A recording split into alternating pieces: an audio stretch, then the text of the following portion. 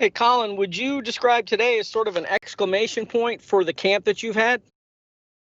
Today was just another opportunity for me to just kind of show my teammates what I can do and just earn their respect. Really, that's the main thing for me. I'm always trying to get better each and every day, whether it's a scrimmage or just another day of practice. So today was just another opportunity for me to get better. Thanks, D-Rock. We'll go over to Gene.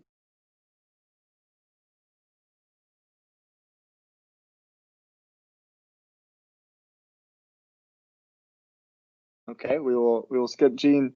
John or Mia, do you guys want to jump in? Can you hear me? Yep, go ahead, Gene. Okay.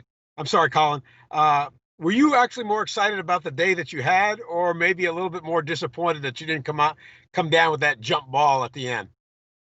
Oh man, the last play definitely. If I would have caught that, it would have been the cherry on top per se of the day for me. So I'm gonna have to look at that one on film and figure out why I didn't come down with it, because that would have completed my day personally. So I got to clean that up. But I am happy with the other catches and the other plays I made. But like I said, I'm all about getting better, so I got to continue to get better. Listen to Coach McCardell. He played for 17 years, a great coach too.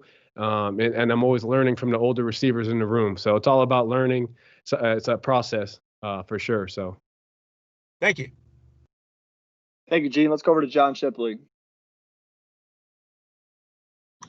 Hey, Collin. I know you've gotten reps with really, it seems like every quarterback on the roster right now.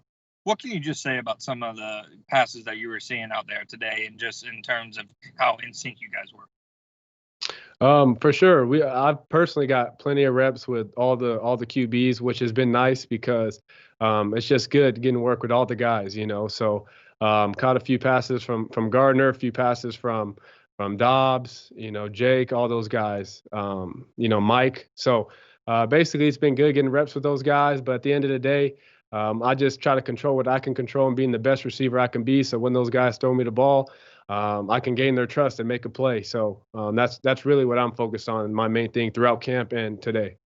Thanks, Collin. Thank you, Shipley. Let's go with Cassidy and then Sam Kavaris.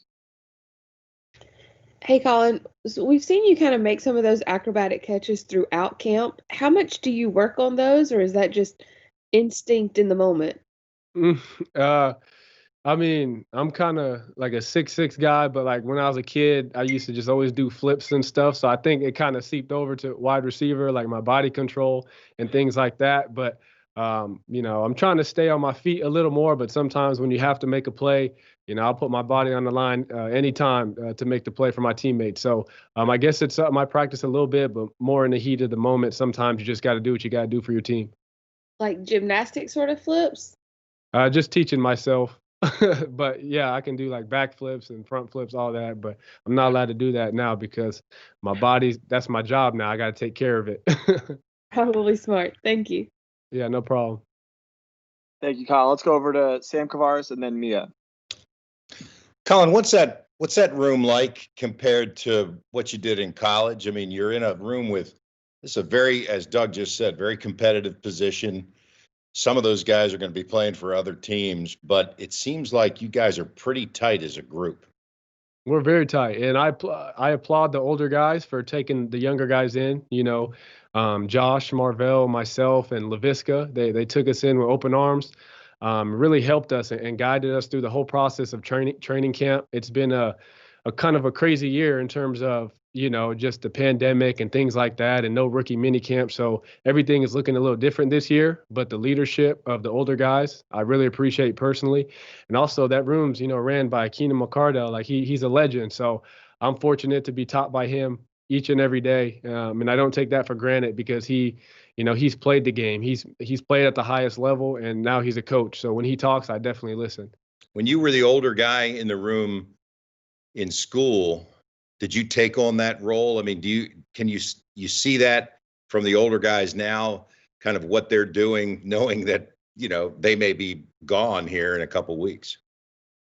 I've definitely, like I said, I appreciated it. And from college, I was the older guy, being a senior, leading the younger receivers in the room at the University of Texas. But when you go to the NFL, everything starts over. And that's one thing. My dad, he played in the NFL for 10 years.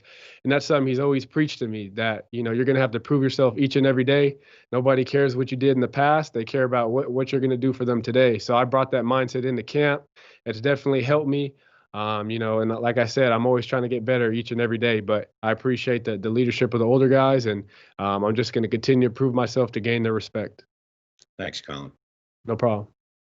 Thank you, Sam. Let's go over to Mia.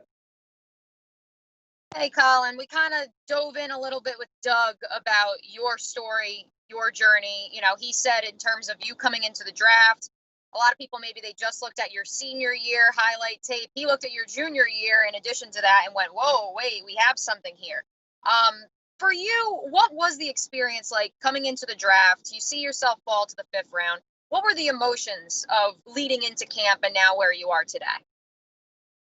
Really a lot of emotions, because I'm a real competitive guy, just like all of us, you know, are as professional athletes. But, you know, I've always been confident in my abilities and what I can do. And the way my senior year went far from what I had planned. But again, that's life. Like, stuff like that happens. And the true character of a man comes out when times are hard, not when times are easy. So every day, my senior year, I tried to show up and be a good leader to my teammates, and continue to improve. You know, whether people noticed it or not, I knew I'd get an opportunity, whether it be in the 1st round, 5th round, like I was undrafted. You know, I didn't know at the time, but I knew I'd get an opportunity, and I believed in it. And, you know, once that phone rang and Coach Marone called me and Mr. Caldwell called me and gave me an opportunity, that's literally all I could ask for. And I was extremely thankful. And each and every day, I go out there with a chip on my shoulder, trying to prove myself right, really. Yeah, speaking of that chip, I'm just curious, do you think people maybe, you know, coming into this draft, maybe were overlooked a little bit, the fact that you fell to the 5th round? Can you repeat the question? Did you feel like you were overlooked coming out of college? You know, the fact that you did fall to the 5th round, maybe people, you know, maybe they doubted you a little bit? Like I said, as a competitor, you always feel like, you know, you're the best, but, you know, sometimes things don't go the way that you had planned. And at the end of the day, you just have to be, you know, process oriented instead of result oriented. I didn't let being drafted in the 5th round per se just kill, you know, my confidence or whatever. I just was thankful for an opportunity.